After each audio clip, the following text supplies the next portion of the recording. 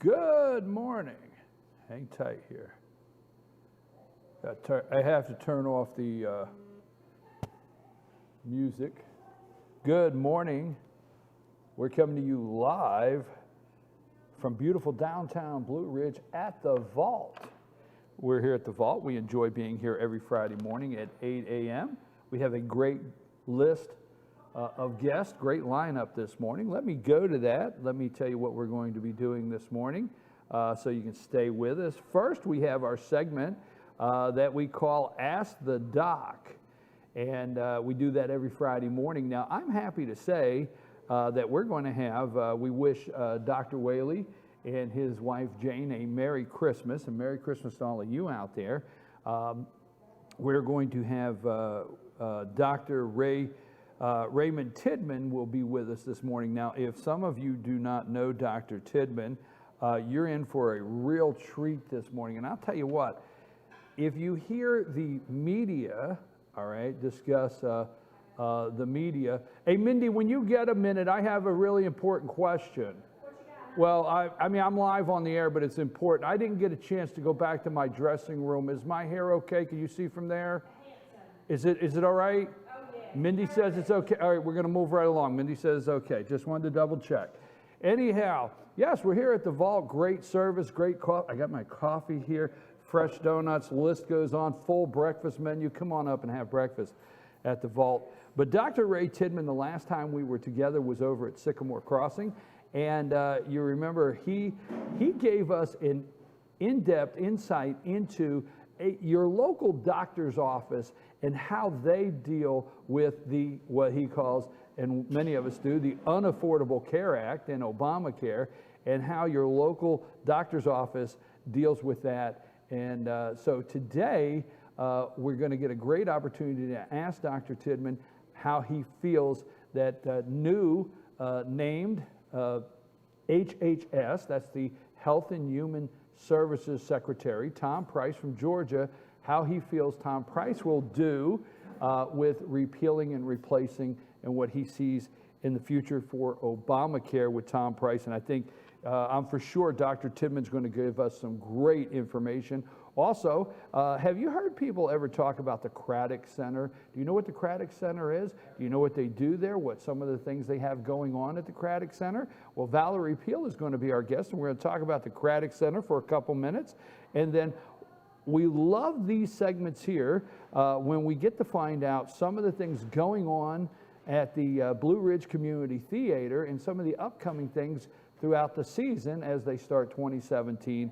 There's always exciting stuff. You know, a lot of people don't, many people don't realize that you come up to North Georgia and you think, well, you know, I would like to go to the theater and I would like to see, you know, quality performances. I'm telling you, Blue Ridge Community Theater answers all that for you. We're going to have our guest this morning, Joey Roderick, will be our guest, and we're going to be talking about the Blue Ridge Community Theater. So we've got a long day, 2 hours. It's going to be fun, very informational, and something you'll enjoy. So call your friends, tell them that it's that easy, fyntv.com, or Facebook, Fetch Your News Facebook. Like us on Facebook, or go to our YouTube channel. You can find us there also on YouTube. Fetch Your News, it's that simple, FYNTV, Fetch Your News on YouTube, and subscribe to our page. That way, every time we're live, you will get a notification. Now, I think, here's the thing, there's several things that we're going to keep an eye as President-elect Trump takes office. There's several things that we're going to keep an eye on. But one thing that I am enjoying with this president is fyntv.com can actually break news as fast as any other network or any of the big guys if you keep an eye on Twitter. I mean, I'm serious. Now, there's many that are saying, you know, many of the critics are saying, well, I sure hope when he actually becomes president, he will put that Twitter account up.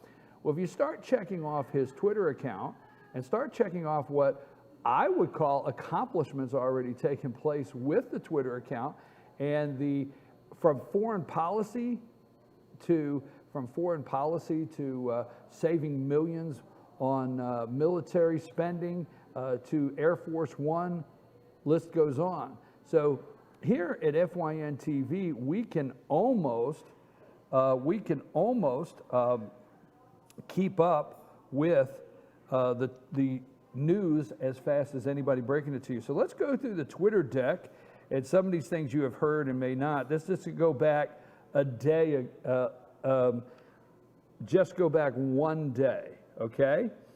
I met some really great Air Force generals and Navy admirals today talking about airplane capability and pricing. Very impressive people.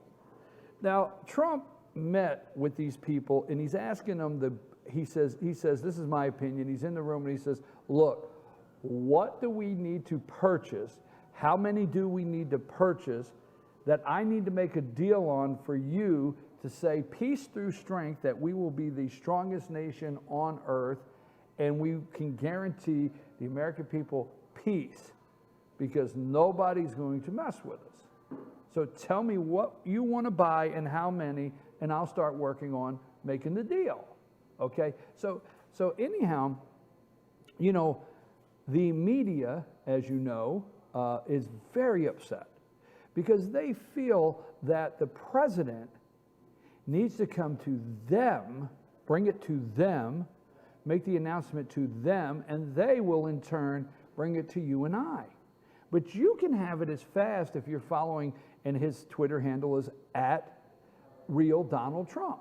And that's the Twitter handle. And that's where when you hear about these tweets, you take your phone, you join Twitter, and next thing you know, you can follow as fast as the media. And that's what has many of them upset today, is because Joey out in the middle of Kansas can get off his tractor, and that's what we're going to say. He can get off his tractor and he can get him a nice cold glass of water because he's been working all day out there in the flyover country, and he can just take his phone real quick while he's taking a break and look down. And Joey, the president, he's the president of the people. Joey can find out as fast as Chuck Todd what Donald Trump plans to do next. And they can't take that. They cannot handle that. And I, for one, don't know what's wrong with that. Now, we're going to go over a couple things of what the results of his Twitter account have been. Let me go over this, all right? Now, Boeing CEO, Trump says the F-35 from Lockheed Martin is too expensive, right? So Boeing CEO comes out, Dennis Muhlenberg, okay, and he makes a very firm, positive statement, and he gives you, the American people, his commitment to you, the American people. See, Dennis Muhlenberg, and I'm not going to talk bad about Lockheed Martin, but Dennis Muhlenberg comes out of the meeting, CEO of Boeing, knowing and says, you know what? This guy's going to the people, and when I get out, I'm going to the people of this country, the American people. So Dennis Muhlenberg, he comes out and he gives this great statement, very strong, that I have come out and making a commitment to you that we will work aggressively on the pricing of Air Force One. And we'll get it down to where the president's safe and it's effective and it does what it's supposed to at the right price. Now, if you have seen this and I missed it, let me know. But Marilyn Houston, I think it's Houston, she's Lockheed Martin CEO. She goes to a meeting. She comes back out because Trump tweeted out that Lockheed Martin was, you know, a little high on the F-35. I think that's what it is, just rolling off the top of my head. A little high on the F-35. So Trump says, I'm going to maybe negotiate this, look around a little bit. Well, Lockheed Martin stock dove. I mean, hey, it's not Trump's problem that they're, one, overcharging for these items that we need to defend our country. That's their problem. They have to explain that to their stockholders, not Donald Trump. The media that takes Donald Trump to task and says, oh, just what he said crashed, Lockheed Martin dropped X percent, and he shouldn't do. No, they need to handle their business with their stockholders, okay? So anyhow, he comes back and he says, did you see Lockheed Martin come out and make a major statement? I don't know. Now, I don't think they said anything negative, but I don't think they made quite the statement that Boeing did. So Boeing probably went in there, and these are negotiations, folks, and he's going to run this like a business, and these are negotiations, and Boeing goes in there and probably says, you know what? If you want me to reduce the price, and this is how business works, if you want me to reduce the price of the Air Force One package, give us a shot at the F-18. I'll tell you what, Air Force One, we'll tell you right now, we're going to reduce it 35%. But at least give us a look-see at the other contracts. Okay? Don't guarantee everything. That's how it works. Trump suggests he would ditch the F-35 in favor of the alternate F-18 from Boeing. Okay? That's what he said. He said, hey, I'll ditch it for the F-18 from Boeing. The guy at Boeing, he comes down here, and I really like the guy, and it worked out well. Trump tweeted, based on the tremendous cost and cost overruns of the Lockheed Martin F-35, I have asked Boeing to price out comparable F-18 Super Hornet. The Super Hornet is a fighter jet that began flying in the 1990s, while the F-35 has been declared combat capable. The United States has yet to fly it in combat missions. So we know what the F-35 will do. It's not exactly been in combat missions. So the F-18 Super Hornet, he says, hey, I'll move over to Boeing. What is he saving? Millions and millions of dollars. There's two things he's doing. He's saving millions of dollars. He's asking the generals, the admirals, Flynn, he's asking the people that are actually out there protecting you on a daily basis, our military, men and women in the military, what do you need? That's where he's starting. What do you need to be successful? And then he's going to the companies that produce what we need to be successful. And you, the American people, are the recipient of his negotiations in millions and millions of dollars in savings, and it will not stop. And you'll be able to be guaranteed, to have peace through strength. So, hey, Twitter, it's working. Last but not least on this particular subject is, guess where it did not take place? It did not take place in the wasteful Pentagon building. So in that big, wasteful Pentagon building, and I hate to say wasteful, but it is to me, that's not where these negotiations took place. See, Trump's doing things different. And that's what has everybody messed up. They're doing things different. Let me just share a little something with you. There was a time, one of the jobs I've had through my career, I would go in and I would have a business. I would get sent into a branch office, okay, and I would have a business that needed a turnaround. The branch needed a turnaround, okay? So I'm not bragging, but I would get sent in because the branch was having problems, sales were down, morale was down, efficiency was down, everything was down, they needed a turnaround. So they called me up and said, you go in, 90 days, turn this thing around. Okay, no problem. So the first thing I would do is I would go in and I would interview everybody there. Interview everybody. From truck drivers, it does not matter what position you had, from the highest to what you would call maybe the least. Everybody got an interview. And I would ask people what they do, and when they tell me what they do, I would say what their job was. I would say, and why do you do it like that? And the number one response I would get is, hey, we've always done it that way. That's the way we've always done it. And I would just cringe. And it was very popular. Hey, that's the way we've always done it around here. We've always done it that way, okay? And then I would say, if given the chance to the individual, if given the chance, and you were able to decide how the job should be done, how would you do it? Okay? So Trump has come into bureaucracy that is run amok, waste that is run amok, and people, professional career bureaucrats, their whole life, that's all they've ever done, and they said, that's the way we've always done it, and Trump says, we don't do it that way anymore. We're going to do it this way. And there's nothing wrong with it. I'm your host, BKP. Good morning from the office, North Georgia's only live online morning show. What time is it, Cole? 8:15. I'm going to cover one more thing before I go to break, okay? I'm going to cover one more thing before I go to break here. Let me get this one more thing in. Where is President Obama? Let's read the rest of the tweets of the morning. 23 hours ago, the resolution being considered at the United Nations Security Council regarding Israel should be vetoed, okay? Should be vetoed. Now, the United Nations resolution concerning the settlements, Trump called yesterday for it to be vetoed. He took up for Israel on Twitter, and they tabled that vote yesterday. Now, you remember back during the election, there was a certain group that tried to label Trump as anti-Semitic. You remember that? I mean, he was against Israel. Remember that?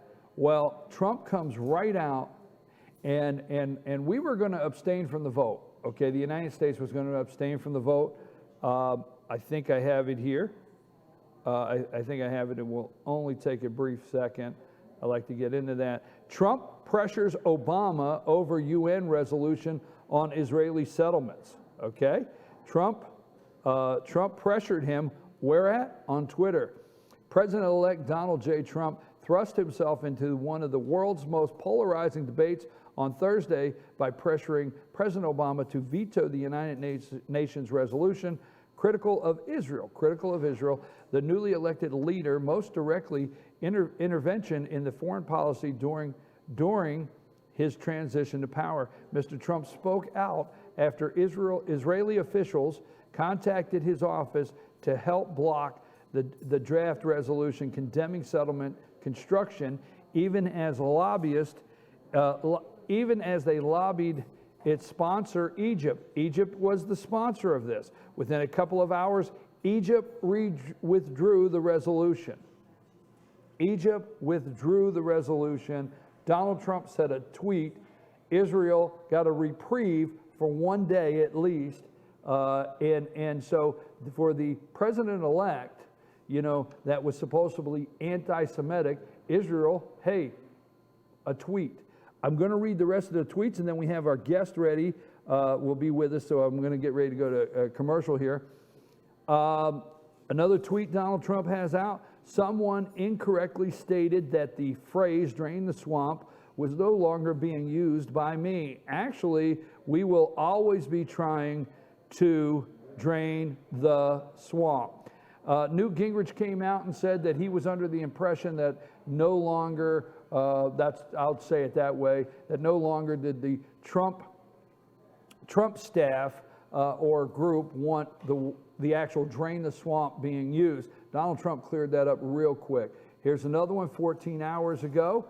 Based on tremendous cost and cost overruns, the Lockheed Martin F-35, I asked Boeing to price out a comparable F-18 Super Hornet. Hey, listen, I cannot give stock tips, but if I owned stock in Lockheed Martin this morning, I would be calling down there and I would be saying, hey, would you please get the CEO of Lockheed Martin to come out and do a statement that Lockheed Martin plans to be the most patriotic military equipment supplier in the world, and how much they love the USA, and see if Donald Trump, will say something nice about them. The so-called A-list celebrities are all wanting tickets to the inauguration, but look what they did for Hillary. Nothing. I want the people. So Donald Trump said all the A-list celebrities are sending him thank yous and wanting tickets to the inauguration. He's like, no, I think we'll have the people there. So watch and see the list of people that get to be at the inauguration, some of the A-list people. Donald Trump's like saying, nah, no thank you. Here's another one an hour ago. This came in an hour ago. My wonderful son Eric will no longer be allowed to raise money for children with cancer because of a possible conflict of interest with my presidency. Isn't this a ridiculous shame? He loves these kids and has raised millions of dollars for them and now must stop. What's wrong with this picture? So that's the Donald Trump Twitter deck that we have read, and we're seeing how I think it's being effective. Let me know, Chief at FetcherNews.com. We're trying to do things to help you any way we can to follow Donald Trump on Twitter, because I will end this before I go to commercial. One of the most frustrating things for the media is that he is actually speaking to the people and not using the middleman. I mean, Donald Trump is a businessman, so he knows better than anybody how to cut out the middleman in the deal, and that would be the media here. And another thing they're very upset with, like I said, Joey out in Kansas that's on his tractor can get off the tractor and he can pick up his phone and he could see Donald Trump's tweet the same time as Chuck Todd over at MSNBC, and that really has him steamed. I'm your host, BKP. Good morning from the office. We'll be back right after this with Ask the Doc with Dr. Tidman, and I'm excited about that because I want to find out what he thinks about the new pick for HHS security, Tom Price. I'll be back after these messages. We're live at the Vault, Cole. Hey, show them the picture. Are you afraid to? Or you want to hang on to that? We'll hold that a minute. We'll be back after these messages. All right. Take us to break, Cole.